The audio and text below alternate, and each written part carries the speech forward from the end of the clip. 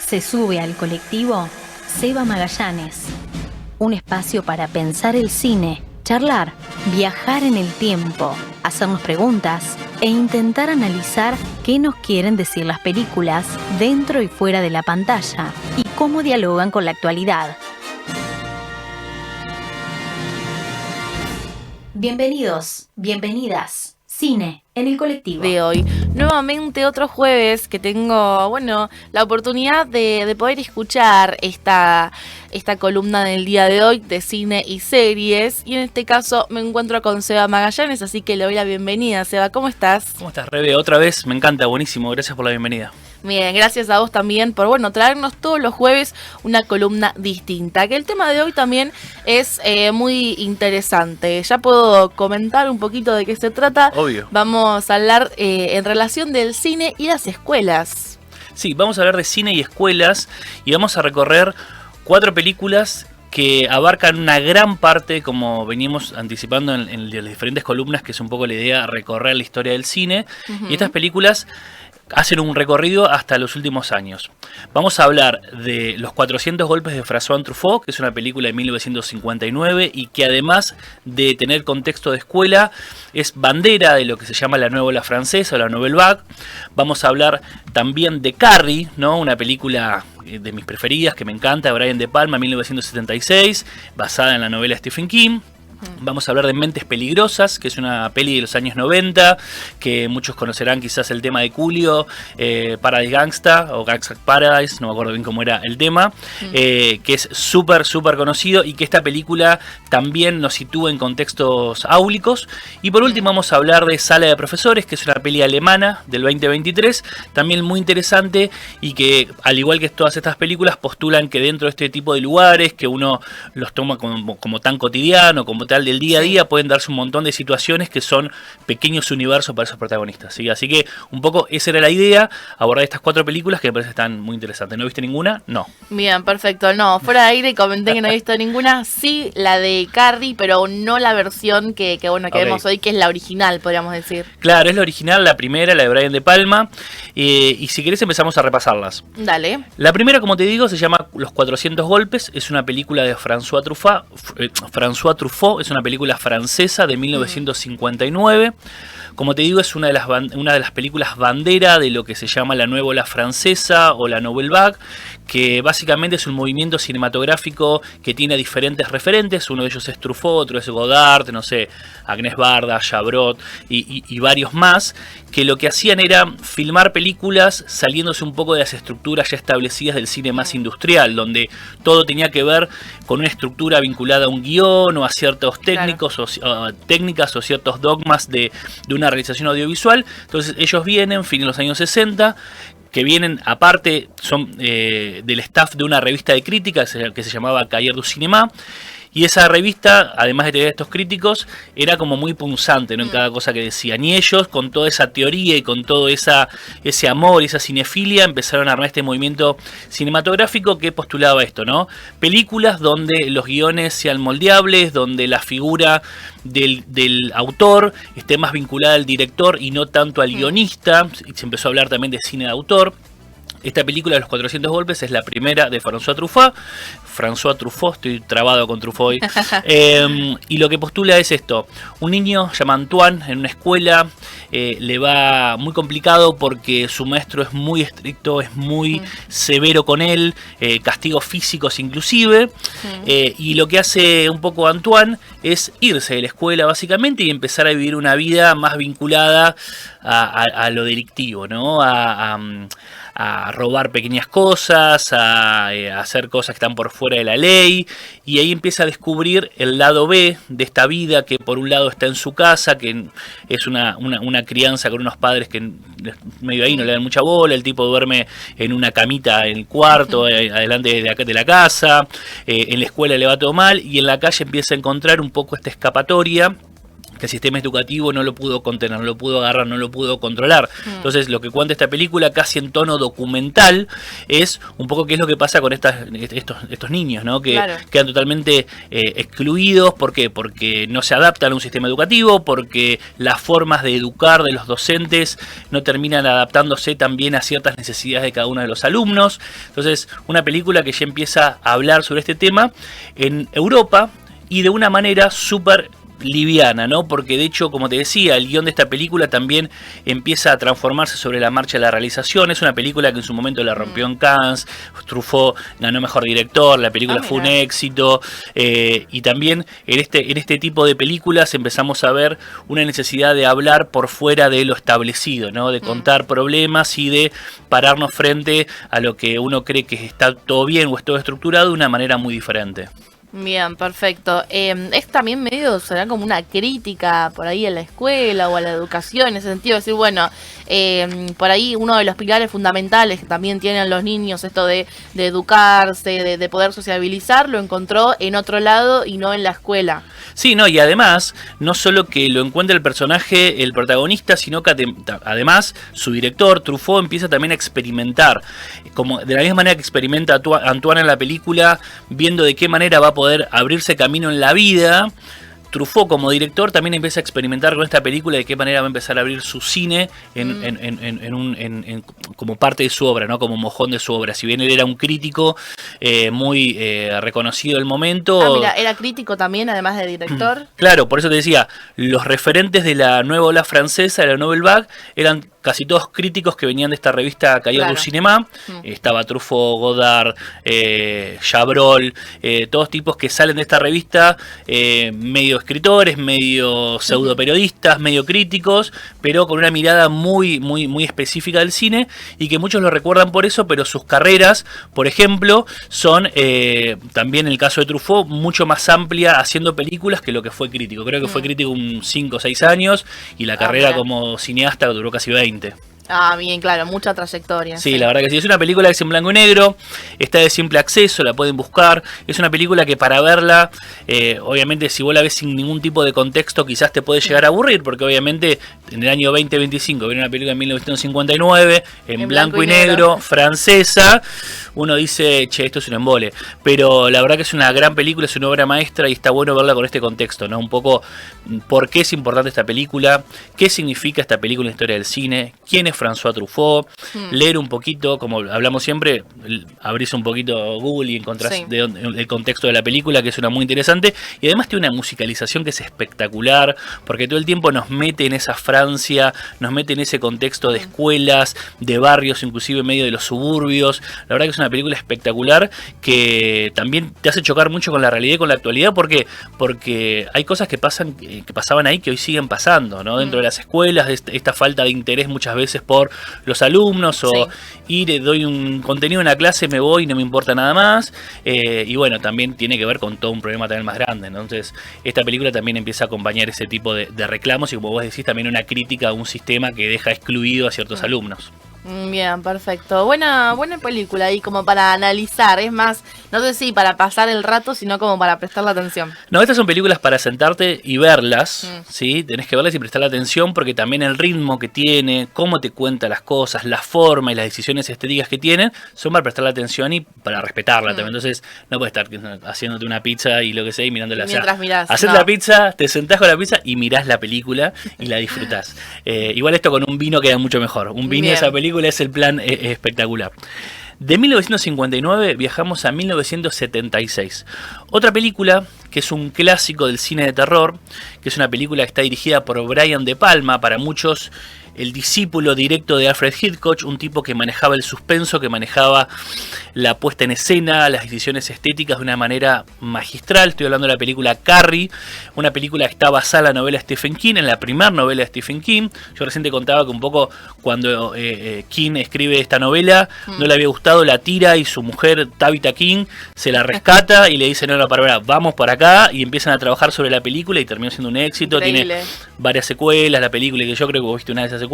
Sí. Y esta película es la original, 1962, la tiene a Sissy Spacek como Carrie, en el papel de Carrie White, y es una película que también, el primer plano ya nos empieza a meter en una escuela secundaria, donde vemos esta unificación que hay de todos desde los uniformes y no empezamos a encontrar quién va a ser nuestra protagonista, hasta que de pronto la cámara en un plano secuencia hermosísimo nos empieza a posicionar sobre Carrie White, nuestra protagonista, una chica sufrida, una chica que sufre bullying, una chica que es totalmente rechazada en la escuela por ser diferente, una chica que cuando va a la casa su madre le hace de todo porque es una fanática ortodoxa católica, y como ella empieza también a tener ciertos procesos en su cuerpo, a tener su primera menstruación y qué sé yo, la madre dice está todo mal, no, eso es el demonio, bla bla bla, bueno, sí, todo súper torcido, súper sórdido todo, y es una película muy intensa, muy fuerte, que justamente más allá de darse en esta escuela y que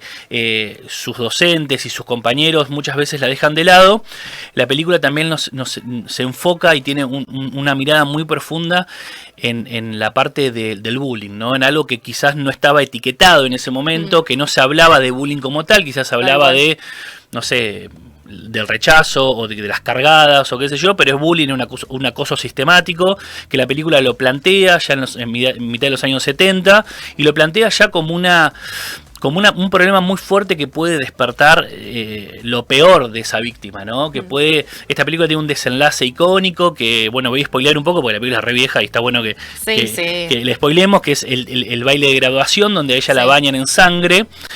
Y ella tiene unos poderes telequinéticos y bueno, cierra las puertas del gimnasio y hace una masacre total con todos sus compañeros. Entonces yo pensaba y digo, ¿quién fue la víctima y quién fue el victimario realmente? O sea, ellos por acosarla a Carrie por reaccionar. O sea, ¿quién es el villano? ¿Hay un villano en esa película? Bueno, esta película muestra eso. ¿Quién es la víctima también? ¿Quién es la víctima también? Porque aparte, y también otra cosa, en ese gimnasio, en este final que vemos, que aparte Brian De Palma utiliza unos recursos visuales increíbles como las pantallas partidas, como los filtros rojos para darnos una intensidad más fuerte en lo que estamos viendo, haciendo un poco alusión al cine de Dario Argento, ¿no? Cine italiano de terror. Entonces, a través de todo este compendio y cóctel visual, vemos esto que decís, la reacción de Carrie. Reacciona contra todo un gimnasio lleno de compañeros, lleno de los bullies que le hacían la vida imposible y de gente que capaz que nada que ver, que nunca le hizo nada, pero también cae en la volteada. ¿Y por qué cae en la volteada? Porque hicieron oídos sordos, porque no vieron, o quizás vieron lo que estaba pasando y pasaron de largo, y también pone esta figura, ¿no?, en agenda, decir, bueno, el que está bien, vos capaz no haces bullying, pero estás viendo lo que está pasando, no reaccionás, no defendés, no hablas con un docente, te quedás ahí y lo das como algo normal, lo normalizás. Bueno, un poco esta película también plantea eso en un tono de terror increíble, véanla, con muchos guiños, como decía también, no solo de la forma de filmar, se lo asocia a Brian De Palma con Hitchcock, sino también en el final de la película vemos algunos gags a la música icónica de Psicosis, por ejemplo, de Bernard Herrmann, no sé, la escena en la ducha, ¿no? Y el sonido típico de Psicosis, y hay una escena final de Carrie donde vemos algo de eso también. Entonces, no solo es una peli que respeta este concepto del suspenso en el cine. Bueno, recién hablamos de Truffaut. Truffaut tiene un libro muy interesante con Hitchcock que se llama El cine según Hitchcock, y son las conversaciones de ellos dos por varios años. Son varias entrevistas que le hace Truffaut a Hitchcock, y Hitchcock en ese libro justamente habla de esto, ¿no? La diferencia entre el suspenso y la sorpresa. En el libro él dice, para el espectador la sorpresa es cuando de repente viene caminando un personaje y explota algo de repente. El espectador queda totalmente sorprendido. ¿Qué pasó? ¿Esta explosión? ¿De dónde vino? ¿Qué pasó con este tipo? ¿Se murió? ¿No se murió? ¿Hay otras víctimas? Bueno, eso sería la sorpresa. Y el suspenso, como lo plantea Hitchcock, es cuando el espectador tiene más información que los personajes. Por ejemplo, él plantea esta escena. Vos estás viendo en la película una mesa y dos personas tomando un café. Uno de ellos abajo tiene una bomba. Ellos no lo saben, vos sí lo sabes. Y abajo de esa, y en esa bomba tiene un relojito que te dice, no sé, quedan un minuto. Claro. Ese minuto que vos estás viendo que esa bomba está por explotar, a vos no te importa qué están hablando ellos, qué están tomando, querés saber qué va a pasar. Y ese suspenso te lo da la información extra que vos tenés sobre esa película. Cosa que los personajes no tienen. Estás más adelantado a lo que va a pasar que los mismos protagonistas. Bueno, esa es la diferencia que plantea Hitchcock entre el suspenso y la sorpresa, ¿no? Que obviamente lo vemos en todo su cine. Y en esta película pasa lo mismo. Nosotros vemos que arriba de la cabeza de Carrie está este balde con sangre. Carrie no lo sabe, los demás no lo saben, nosotros sí, los tipos lo saben, los bully, pero en un momento sabemos que Carrie, pobre Carrie, va a terminar bañada en sangre. Bueno, ese momentito que es espectacular, porque aparte de Palma empieza a hacer a apañar todo el gimnasio, a mostrarte la soga que cuelga con el balde y qué sé yo, es increíble, es espectacular. Es espectacular, se me cae la baba hablar de la película porque es espectacular. Pero bueno, es otra película que también se ve en contextos áulicos y que plantea un poco esto dentro de una obra maestra, al igual que era Los 400 golpes, Carrie lo mismo. Bien, perfecto. De 1976 viajamos a mitad de los años 90, 1995. Michelle Pfeiffer protagoniza una película que se llama Mentes Peligrosas o Dangerous Minds. Es una película que también sigue en esta tónica de darse en un contexto áulico, y lo que nos cuenta es esta chica, Michelle Pfeiffer, es una ex marín del ejército de Estados Unidos, que después de terminar su periodo como marín, como estar dentro de la Marina de los Estados Unidos, se pone a dar clases en una escuela donde está todo mal. Está todo mal porque los alumnos son un desastre, porque nadie le da bola a nadie, porque están a los gritos, porque hay drogas dando vuelta, hay mucha violencia, la escuela hay que solamente seguir el plan de estudio y no hay que dar nada más. No, claro. Pero los chicos tienen necesidades, no, hay que dar esto, no te vayas de la línea, no quieras inventar nada. Los padres de estos chicos también están totalmente negados a que sus hijos avancen, a que crezcan. No le hace falta, mi hijo no va a ser abogado, mi hijo no va a hacer nada, mi hijo va a seguir trabajando y punto y nada más. Mira. Bueno, ok. Entonces Michelle Pfeiffer tiene como esta cuestión idealista, ¿no? De querer acompañar, de querer salvar a estos chicos, estos alumnos, y tratar de hacerles entender que en la vida pueden elegir también determinados caminos para continuar, determinadas puertas pueden ir tocando para ser mejor en la vida o cambiar el rumbo que su barrio o el lugar donde nacieron les dice que siempre va a ser así. Bueno, pueden cambiarlo también. De hecho, hay una secuencia muy interesante porque dice, maestro, usted no sabe dónde vivimos nosotros vivimos en un lugar donde bla, bla, bla. Dice, ok, pero dentro de ese barrio, pero vos viniste, le dice a la escuela así, ¿te tomaste un colectivo para venir? Sí, perfecto. Bueno, eso fue una elección, viniste a la escuela, estás acá, no estás en la calle. O sea, ya que estés acá es muy importante. Bueno, y empieza a desarrollar todo esto de hacerle entender a los pibes que estas decisiones y que tomar el tiempo de ir a la escuela, estar ahí, aprender y formarse con otros y a través de la educación es súper interesante para poder torcer un poco lo que la vida les dice que deberían ser y en realidad no son. Y toda esta película también tiene una canción icónica, que es la que hablábamos recién, que es la de Coolio, que se llama Paraíso Gangsta, que es en realidad también un sampler de un tema de Stevie Wonder. Y la película es espectacular, es muy de los años 90. Quizás uno recordará cuando hablamos de cine y películas, La Sociedad de los Poetas Muertos, ¿no? Con Robbie Williams. Tiene algo de eso también esta película, donde este profe... Medio inspirador, ¿no? Sí, es una... Bueno, La Sociedad de los Poetas Muertos es una película de los años 80 también. No la traje porque era como muy obvio caer en esa. Era muy obvio. Y aparte creo que mucha gente ya la vio, se sabe de lo que estamos hablando. Y eso un poco también le despertar la curiosidad para vamos a ver esta otra película. Y esta peli de La Ciudad de los Poetas Muertos también está bueno porque al igual que Mentes Peligrosas tiene estos profes súper idealistas y súper luchadores y con ganas de que esos alumnos crezcan y que tienen mucho amor y que tienen muchas ganas de mejorar las cosas. Y eso es súper interesante. Y en esta película, Mentes Peligrosas, es una película también que lo que plantea es también la diversidad dentro del aula, ¿no? Porque en este aula vamos a ver a chicos y chicas de diferentes orígenes. Entonces también, no sé, por ejemplo, los afroamericanos históricamente en Estados Unidos y la segregación es moneda corriente. Entonces, bueno, acá también en Latinoamérica muchas veces, o inclusive es un eufemismo para denotar a una persona, ¿no? Negro, ¿no? Bueno, en esta película lo vemos. Dice, no, pero yo soy negro y tengo que hacer esto, dice uno de los alumnos. No, pero no tenés que vender droga porque sos negro. Es una estupidez lo que estás diciendo. No, pero mis amigos... Bueno, pero vos no tenés que hacerlo, vos podés hacer otra cosa. Bueno, es un poco lo que plantea la película. Claro, medio de reivindicación. Exactamente, y está muy buena y es muy interesante. Es una peli que me acuerdo que la primera vez que la vi, la alquilamos en un videoclub de acá de la Barriga que se llamaba Master Videoclub, un videoclub histórico. Y es muy película de domingo, es muy película para ponerla, mirarla y disfrutarla. Es muy diferente a estas otras dos que miramos, que dijimos recién, en el sentido de la cuestión más de decisiones de lenguaje cinematográfico. Quizás no es tan elevado, tan avanzado o tan complejo en ese sentido, pero bueno, es una película más tranquila, pero que se puede ver y que plantea algo muy similar también. Bien, está buena también. Me gusta a mí la de Robbie Williams, así que capaz que a esta le doy una chance. Sí, bueno, lo que tiene la de Robbie Williams es que también se ve una escuela que es increíble, que es tipo un castillo, que están Claro, como en un lugar también muy contenido. Bueno, pero en la peli de esta de Robbie Williams, la Sociedad de Poetas Muertos, también vemos que hay un padre que a uno de ellos, viste, se niega a que sea actor, se niega a sus deseos, a sus ganas de hacer otra cosa. Y bueno, ya sabemos el final de ese protagonista. Y que bueno, si bien sea en una escuela por ahí que es un poco más linda o más cool, si se quiere, sí. esta peli es un poco más marginal, una escuela un poco más marginal, pero también es muy interesante lo que plantea, porque también habla de esto de que más allá de que algo esté súper cuidado, que se crea que está dentro de una burbuja, Sí. puede explotar igual. Sí, tal cual. Bien, perfecto. Nos quedaría como la última. La ¿no? última película es una película muy reciente de 2023. Es una película alemana que se llama Sala de Profesores. Es una película que proyectamos en el ciclo de cine insurgente. Es una película que también, nuevamente, porque la columna de hoy es cine y escuelas, se da en una escuela.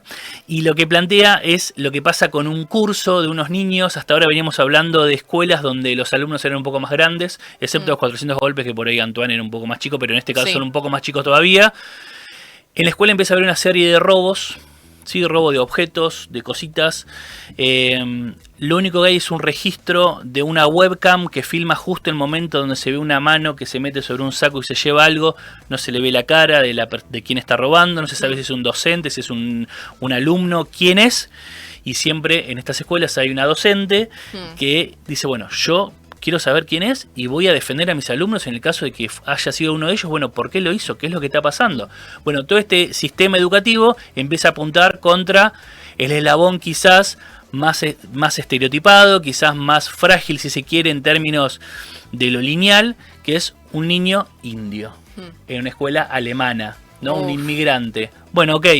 ¿Quién fue? Y fue él. ¿Por qué? Porque es indio, básicamente. No, pero no tiene nada que ver, dice la docente. Bueno, entonces toda la película se empieza a dar sobre la desconfianza, sobre la paranoia y sobre un sistema educativo que corta por un lugar que nada que ver, sin pedir evidencia, sin investigar, sin hablar con ese niño.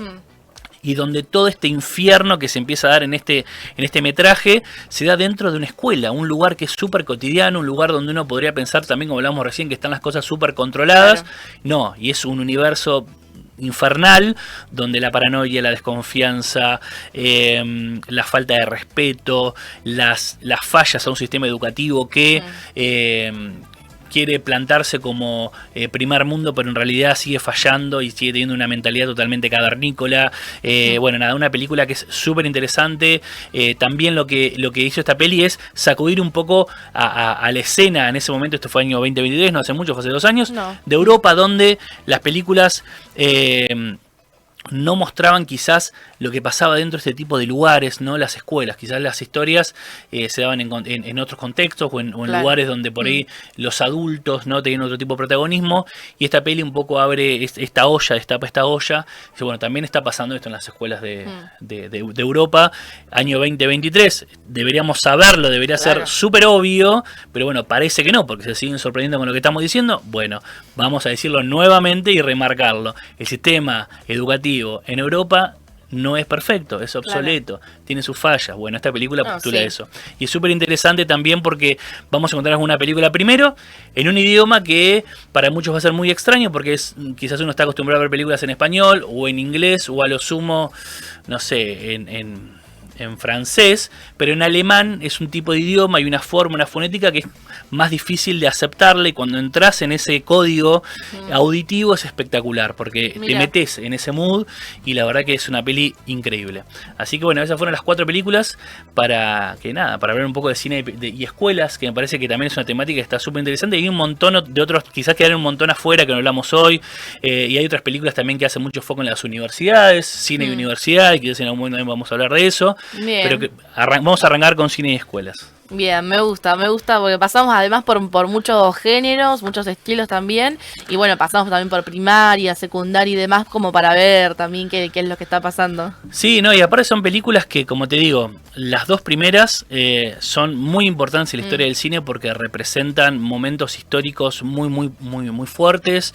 La primera, Los 400 golpes de François Truffaut, es una película que, como te digo, es bandera de la nueva ola francesa, un movimiento cinematográfico cinematográficos súper importantes que hasta el día de hoy se siguen utilizando muchos de esos conceptos, que se metieron dentro de la forma de realizar películas y que además se metió en la manera de plantear situaciones, ¿no? Con otra forma de contar las historias. Carrie, ¿no? De Brian De Palma, Brian Dios De Palma, un tipo que es increíble, este discípulo de Hitchcock, ¿no? Casi el hijo pródigo de Hitchcock, copiando mucho del estilo del maestro del suspenso, y además con una historia basada en la novela de Stephen King, que es increíble y que por todos lados, una vez que la ves, no puedes soltarla y que te volvés fan. Como te decía, hay varias secuelas.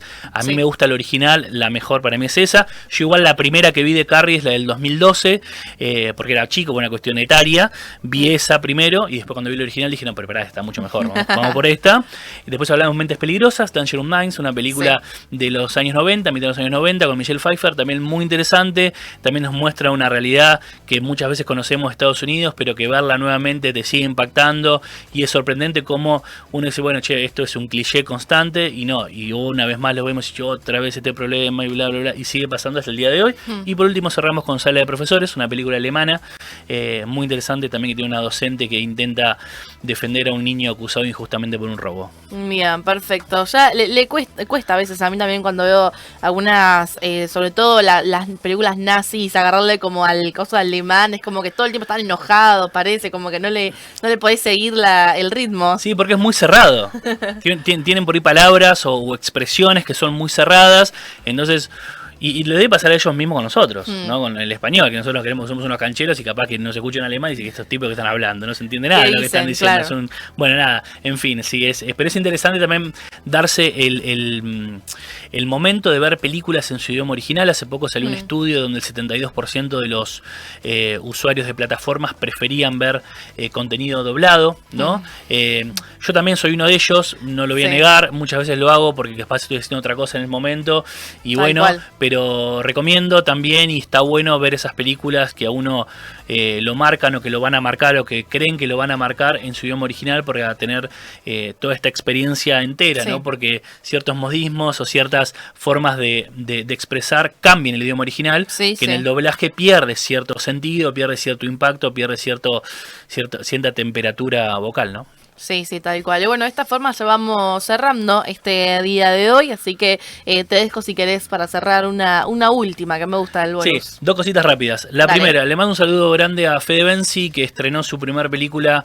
la semana pasada en el Barça, una película que la dirige junto a Jano Picardo, una película que se llama El llanto del perro, una película de terror protagonizada por Miranda de la Serna, por Clara Kovacic, que es una amiga también, así que les mando un saludo. La vi a la película ayer, me pareció súper interesante. Es muy probable que el año que viene capaz la tengamos por acá por Olavarría también la película. Vamos a ver en qué contexto. Así que bueno, nada, un olavarriense también estrenando su primera película, Fede Benzi, que está viviendo en Buenos Aires hace muchos años, pero que bueno, es de acá, es un amigo. Así que bueno, le mandamos un saludo. Y por último traje una recomendación de un librito, que es el nuevo libro de Lucrecia Martel, que lo lanzó hace 15 días. Yo estuve en la presentación del libro, fue justo el mismo día que fui a ver Oasis, y se me cruzó todo el mismo día, la tarde de la presentación del libro de Lucrecia Martel. No llegaba, quería comprarme el libro en el lugar y que me lo firme, y no llegué, lo terminé comprando en una librería, pero bueno, vi la charla de Lucrecia Martel, que es mi directora favorita argentina, y después me fui al recital de Oasis. Me quedé sin la firma del libro, pero pude verla y pude escuchar lo que lo tenía para decir. Y bueno, y en este libro lo que hace es compilar una serie de conversaciones, de conferencias y de intervenciones en diferentes universidades, festivales, desde el año 2005 hasta el año 2025. Vamos a ver muchos conceptos, vamos a ver muchas charlas, vamos a ver... años. Sí, es un montón. Vamos a ver un montón de sus ideas, entender un poco su proceso creativo, su relación con el sonido dentro de sus películas. Tiene una charla con César González, tiene una charla con Lelia Guerrero.